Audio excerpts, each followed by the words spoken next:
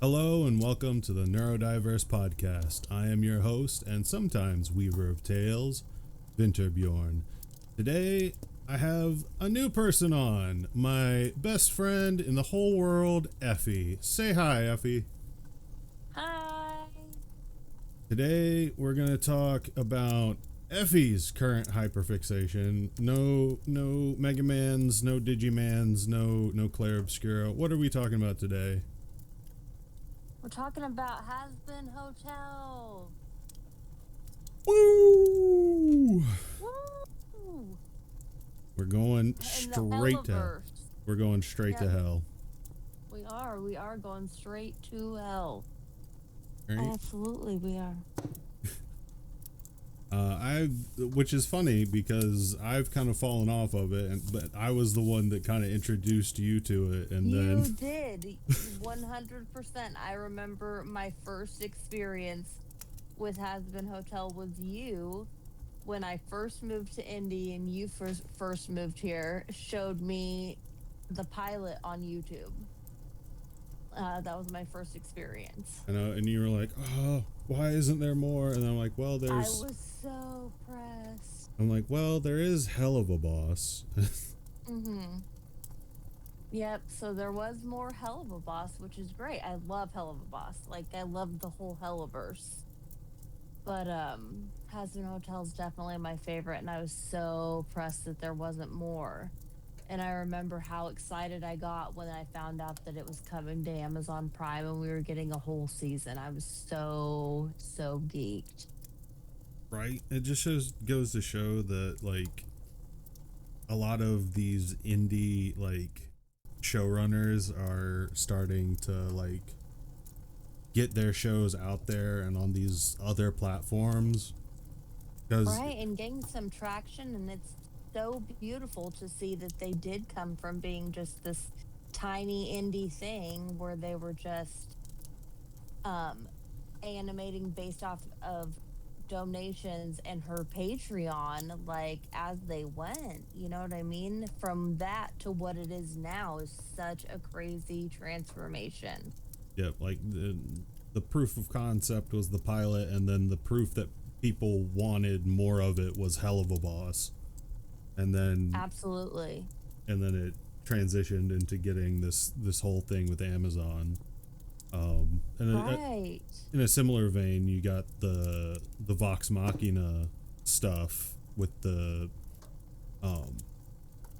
Matt Mercer and the D&D live campaign that got turned into an animated series that originally was also just a Kickstarter and then got picked up by Amazon. Right, and it's awesome to see that happen. It is just great. But yeah, so you showed it to me, and it turned into now I'm absolutely thoroughly obsessed with Hazbin Hotel.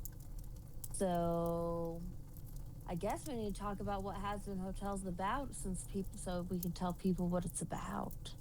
Yeah. The last episode I ever watched was the pilot, and then I did watch episode 1 because they released that one on YouTube. Yeah, they did. Because I never wound up getting Amazon Prime. Oh, you're gonna have to. So you've not watched it all? No, I've not watched. Oh my God, it's so good. You'll have to watch it. I've just kind of absorbed it through shorts and through osmosis. And have you watched all of Helluva Boss? No, I got really into it, and then I kind of fell off because I just started getting into other things.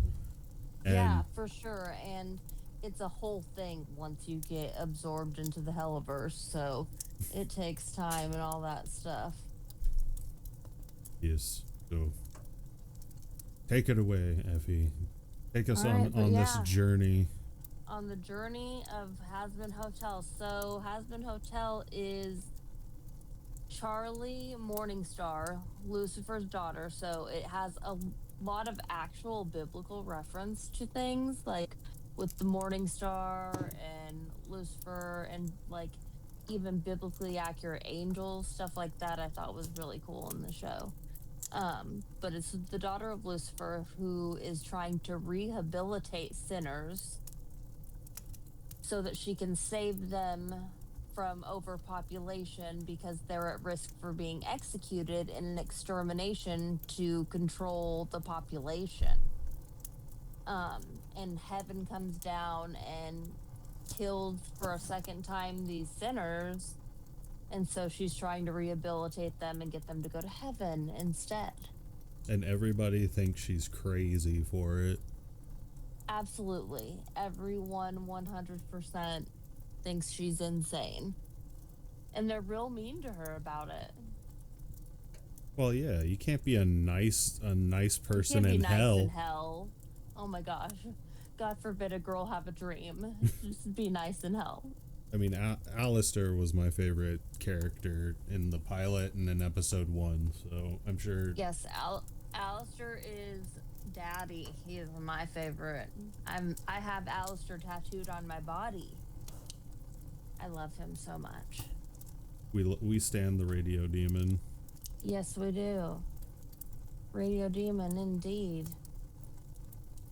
But yeah, so she's and Alistair comes to the hotel mysteriously, nobody knows why, and asks to help host the hotel where she is trying to rehabilitate all these sinners.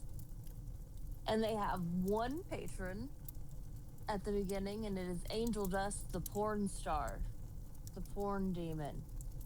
My second favorite character, my love. Right, love Angel Dust.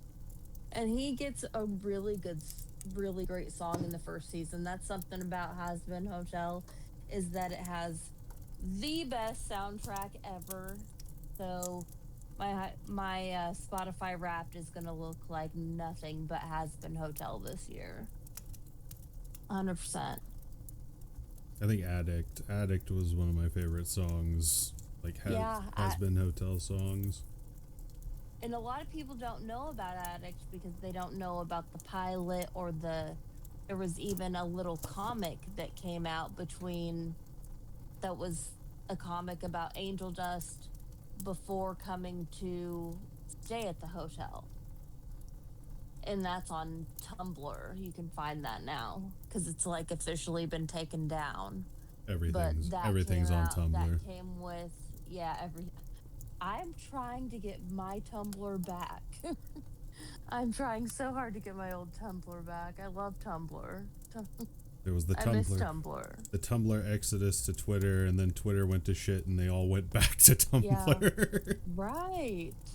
But yeah, you can find the comic that's Angel Dust leading up to him going to the hotel on there, and that's another cool thing to look up. Another fun part of the fandom. And that's when they came out with that Addict video. So, and Hazbin Hotel has some great songs. I like the one with Angel Dust and the bartender. Can't remember his name right now. Husk, yeah. Yeah, I've got Angel Dust and Husk tattooed on me too, and that's it for my Hazbin Hotel tattoos so far. But we love them. Loser Baby, that one. Yep, that one. Yeah, it's a good one. I mean, they have Keith David, who is Husk, who did Disney movies, and Alex Brightman. So they've got like a pretty, like, decently star-studded cast for coming from an indie project. You know what I mean? Yeah. Well, Keith David also, a lot of people, if you're, our age, also remember him as Spawn from the Spawn HBO series. Yeah. And he's even the cat on Coraline. My man's got some range. Yeah, he does. But they have their casting was great, coming from an indie project to what it is now. And I'm very passionate about seeing something like that transform, and it's just it became my favorite show. It's the music is like Disney, but on crack.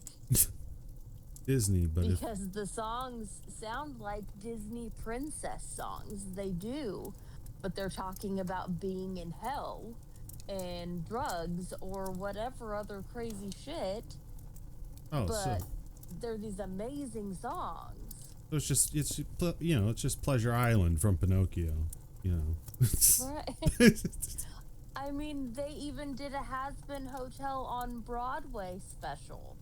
You know, that's when you know you've made it, when Broadway is doing your shit. Like, Yeah, that's wild to me that they did Hazbin Hotel on Broadway. I do not, I would have enjoyed it if I was there, but I did not enjoy watching it. It was a little rough to watch that live. yeah, I It feel just was like nothing like the show. It was rough to watch live. yeah, I feel like watching stuff like that, you almost have to be live for it because you're To missing get the good experience of it. yeah, you're missing like an integral part of watching a musical. Like, Yeah, I don't like watching musicals unless I'm there. like, Or it's like a recorded, like not a live. yeah, like I really want to eventually see Hades Town live, but I would never Yeah. want to watch it like live on TV, you know? Right. It's that live experience. Yeah. Yeah. For sure. But I mean, that's how crazy it is with their music and how good their music is with this series, this franchise of the Helluverse, even with Helluva Boss too. All of those songs are so good. Like that's 90% of what I listen to in my car. Hazbin Hotel and Helluva Boss songs. Hazbin Hotel. That's how hyperfixated I am on it all the like that's the depth of my Hazbin Hotel hyperfixation. You know what? That's fair. Hazbin Hotel has been fueled by alt baddies and the queer community Yes. since its inception. So Oh, absolutely. Absolutely. it knows who its audience is. And their cosplayers, like I see some beautiful cosplays. Would love to do a Helluverse cosplay, but I see so many out there and they're so good. I don't think I could ever cosplay that well. Hey, Like I see some gorgeous stuff. cosplay is all about just having fun while you're doing it. So Right. as long as you're having fun, that's all that matters. Absolutely. It's crazy how fast I see cosplayers put out cosplays. Like, I swear the episode was just released that day, and somehow that night people got cosplays ready to go. It blows my mind. I've noticed that with the Hazbin Hotel community. They are fast. They saw like one spoiler one time and were already working on the cosplay. Yeah. Absolutely. Like, it has to be what it was because it is just crazy. Oh, but I've rewatched it I don't know how many times, and every time I watch it, I'm like, I just will say out loud, this is such a good show because it really has such a good message too. Like, as a show, Well, yeah. she's, trying to redeem sinners so that she can help, like, stop a genocide in the first season. And it's, makes you think about, like, life. It makes you, like, think about life and, like, how we handle things as, like, a government and stuff with, like, it reminds me of that, like, when Vox is all crazy and says he's the Fuhrer and he's trust me, just me. It reminded me of, like, Trump. So I'm like, gosh, this is kind of weird. No. But it's very reminiscent of, like, having a good message of not allowing these things like genocide and fighting for what's right in the show. Well, art often imitates life, right? And like, Yes. as much as people want to talk about how entertainment should be entertaining and not political, like, you almost can't escape that. Anybody that's you can't. creating anything is going to end up putting some part of their, like, you know, morality and political view in the thing that they're creating. Yeah. So that was another thing with Hazbin Hotel. It just has a good message. They're pretty inclusive too, like within Hazbin Hotel, which is awesome. And something else that I love about it, like you've got Alistair, my favorite character, is canonically asexual. And so I feel like that was really cool to have that representation. And they came out with huge like pride collections every year and talked about like all the different sexualities of the characters, and I thought that was really great. Yeah, and it's not really surprising considering, again, the target audience and the creators themselves Are the gays. Yeah, like the target audience is the alt community and the queer community. And the gays, like, yeah. it's not,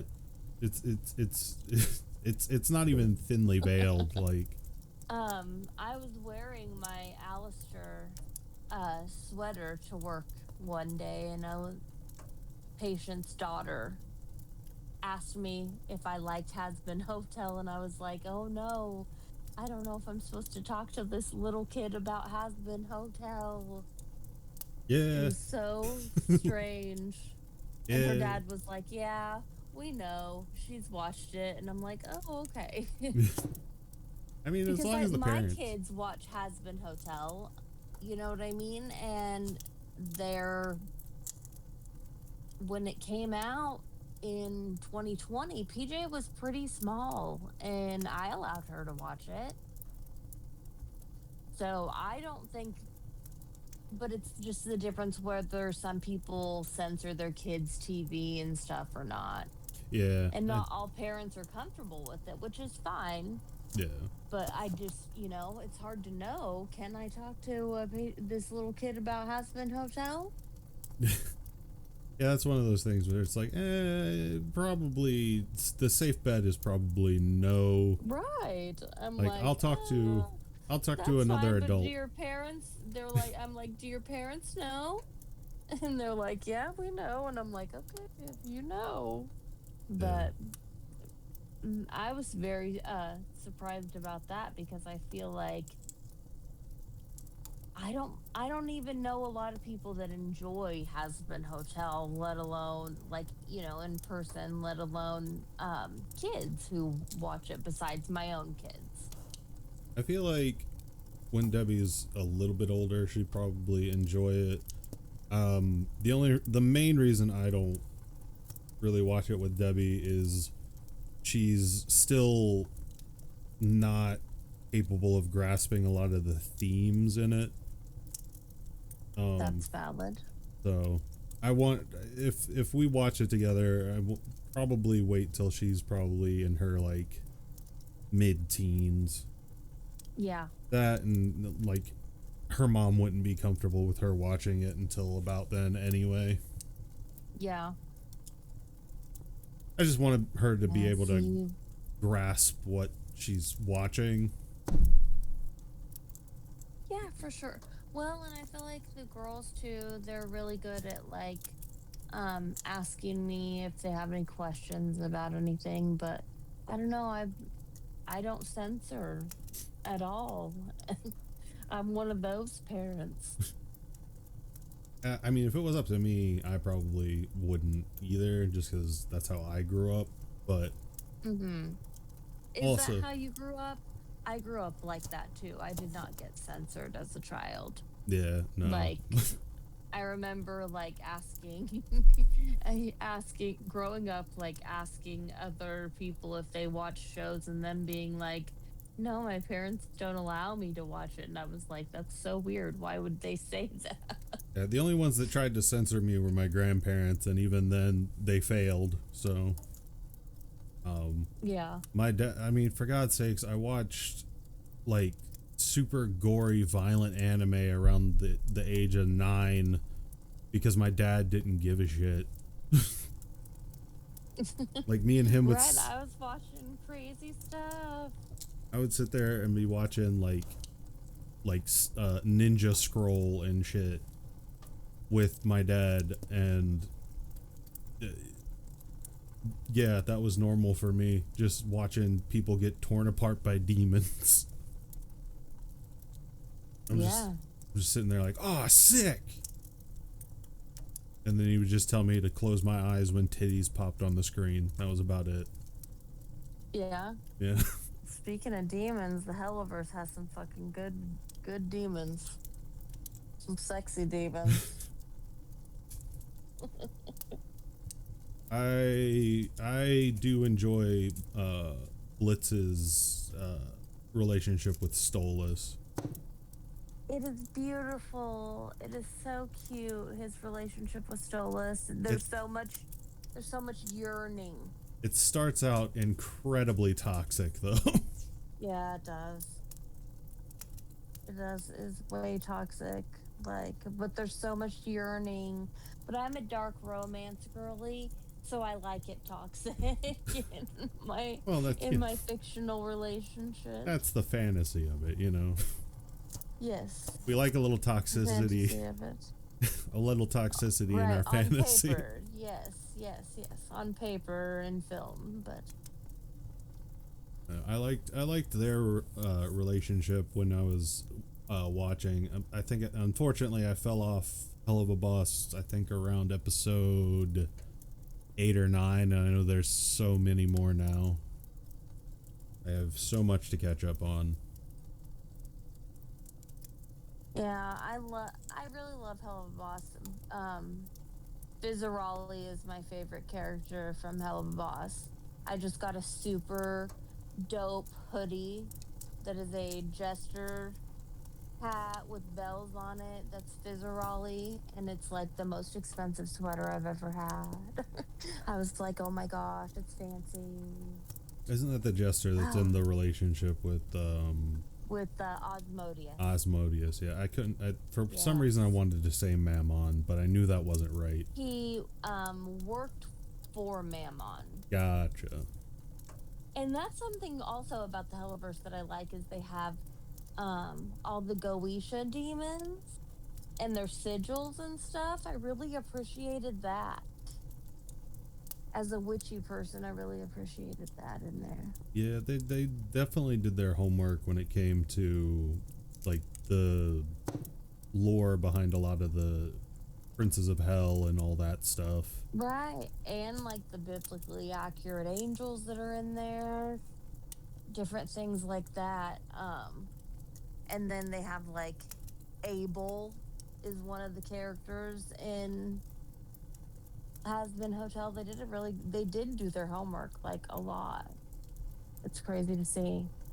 Again, that's when you know somebody's like doing something they're passionate about, is when they try to make sure like they check all lore, of the details, even if it's, you know, they're like taking liberties with it. They're still making sure characters are at least accurate to the lore.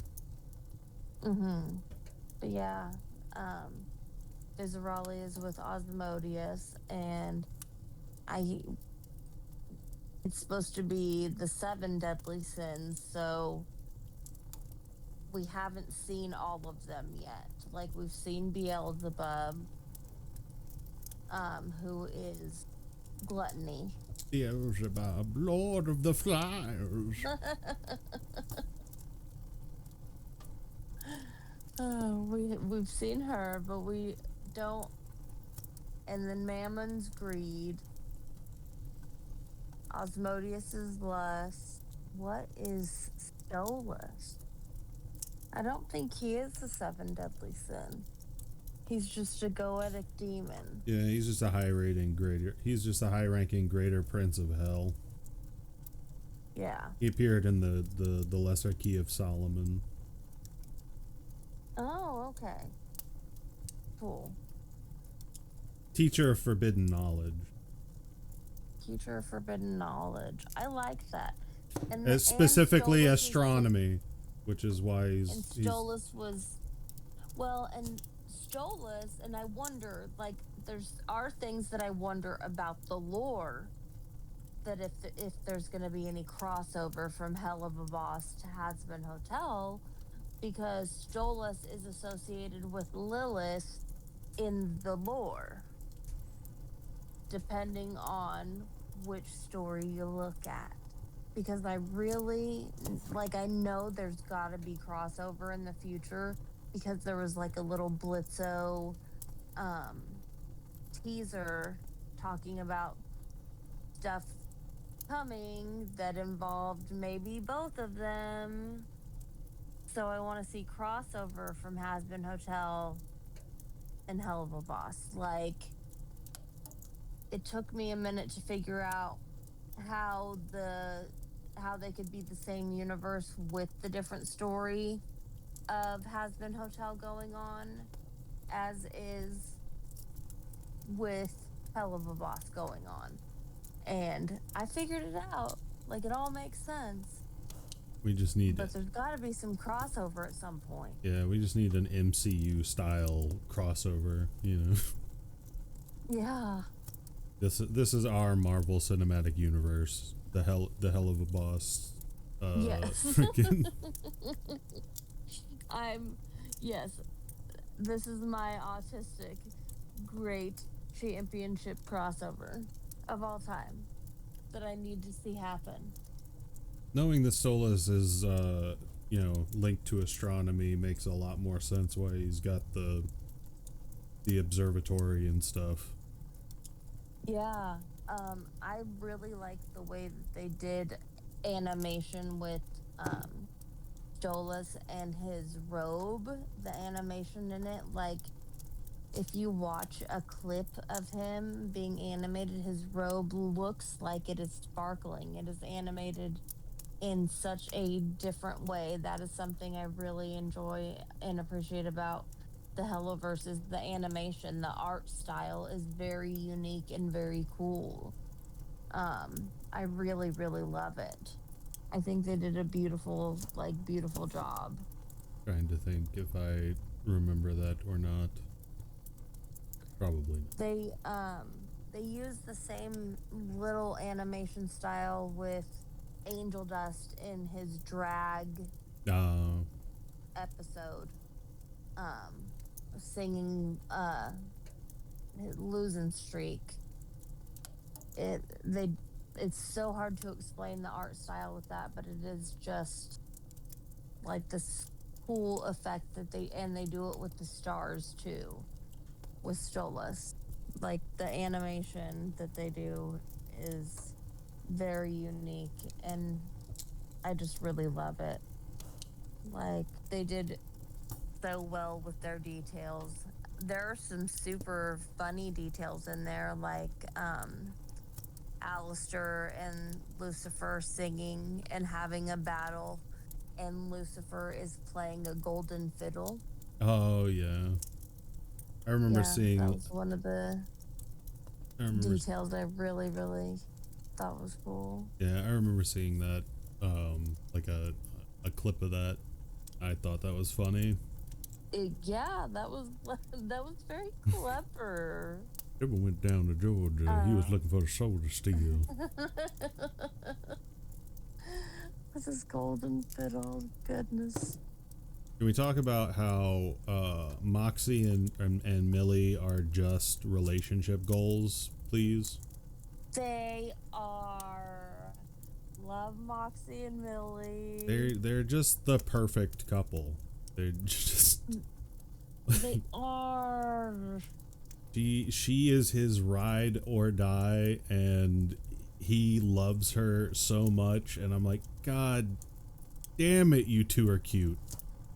They are so cute, and so sweet to each other, and Blitz just stalks them like a weird horny imp. I think it's just because he's jealous. Right, I think he just wants a little relationship like that with Stolas, but just doesn't want to admit it. It's either that or he's like angling for like a little polycule, like. Right, I think he would love to be their unicorn. Blitz would absolutely love to be their unicorn, 100%. Moxie would have none of it though. All of the different fan theory relationships are so good, like especially with Hazbin Hotel. They are like there's so many good different like fan art of relationships that people have shipped. Like I bet there's fan art of a three-way of Moxie, Millie, and Blitz. I guarantee it. I guarantee it. Like, I see some crazy fan art all the time. That's why I need to be on Tumblr more, because I bet I'd see even more of it. Or Blue Sky. I recently made a Blue Sky, and so much nicer. It's so much nicer than being on the hellscape that is Twitter. Yeah. I don't know how to work Twitter. It's not even called Twitter anymore. No, but I refuse to call it X, so I will. So do I. That feels weird. That feels very weird. Like when I'm watching a video and someone will be like something on X, and I'm like, what is that?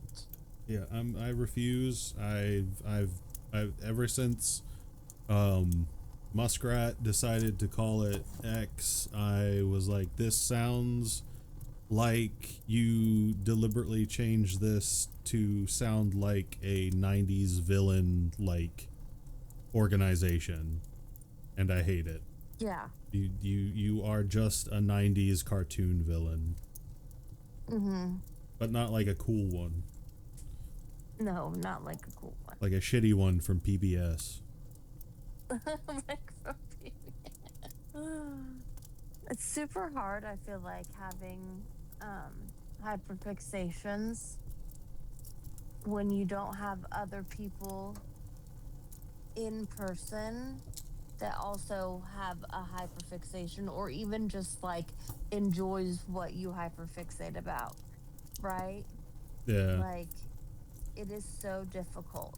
Like with my Helluverse hyperfixation, I got like a coworker to watch it, and he likes it okay.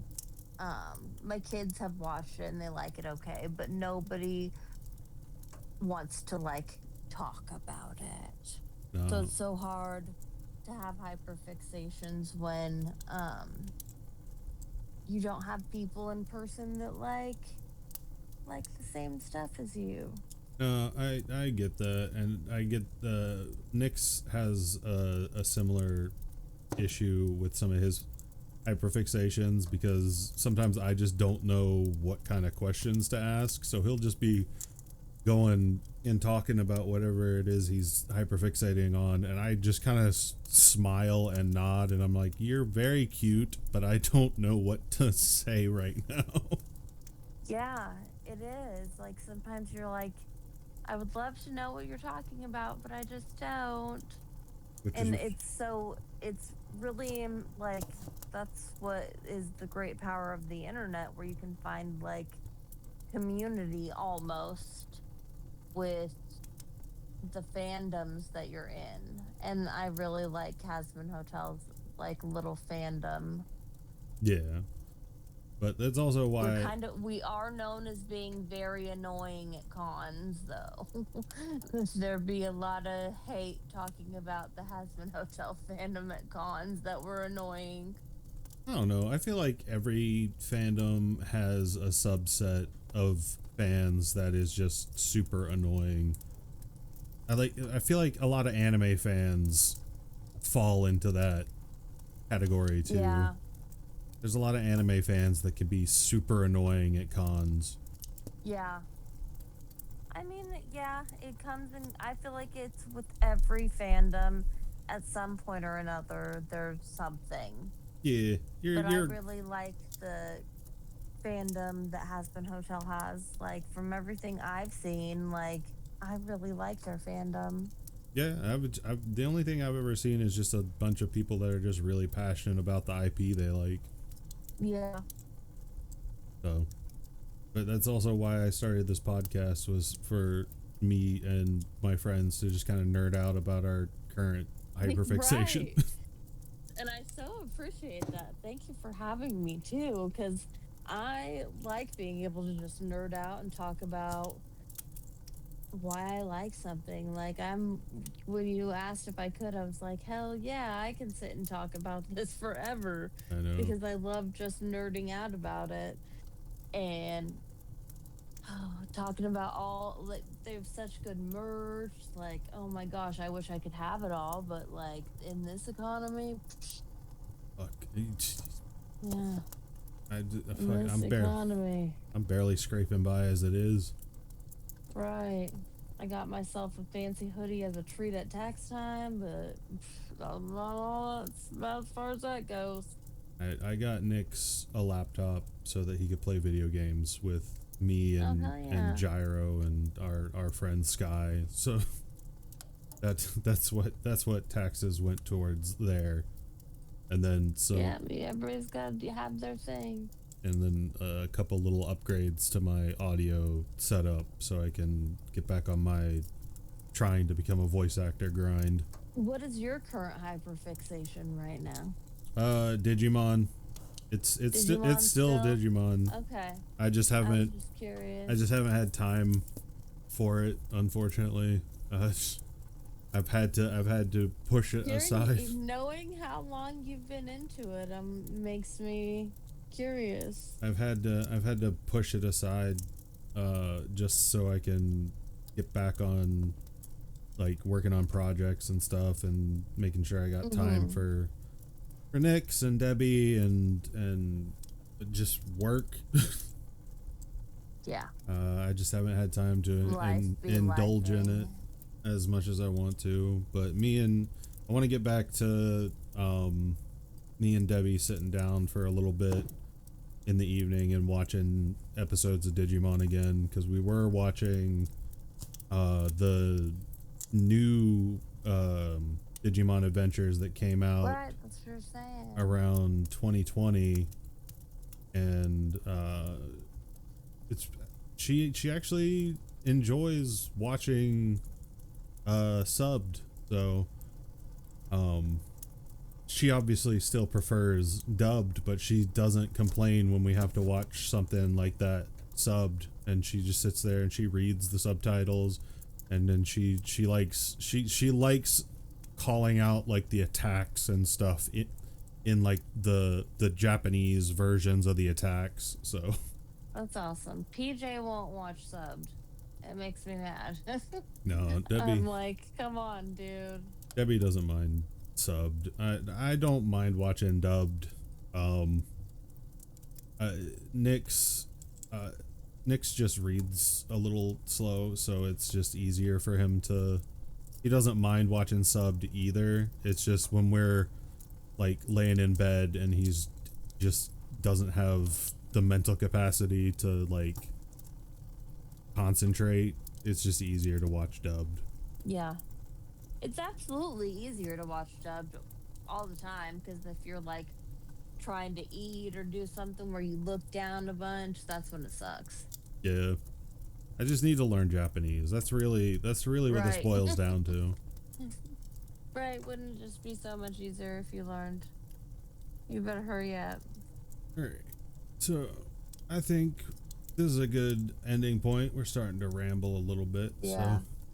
So, yep. So this has been the Neurodiverse podcast. I've been one of your hosts, Vinterbjorn. You can find me here on YouTube. You can find me on Blue Sky, TikTok, and Twitch and Blue Twitch. Effy, where can they find you? You can find me on TikTok, Instagram. I'm Effy_Youngblood everywhere. Yeah, just Effy. If I'm There, I'm Effy_Youngblood. All right. Hope everybody enjoyed the episode. Bye-bye. Bye.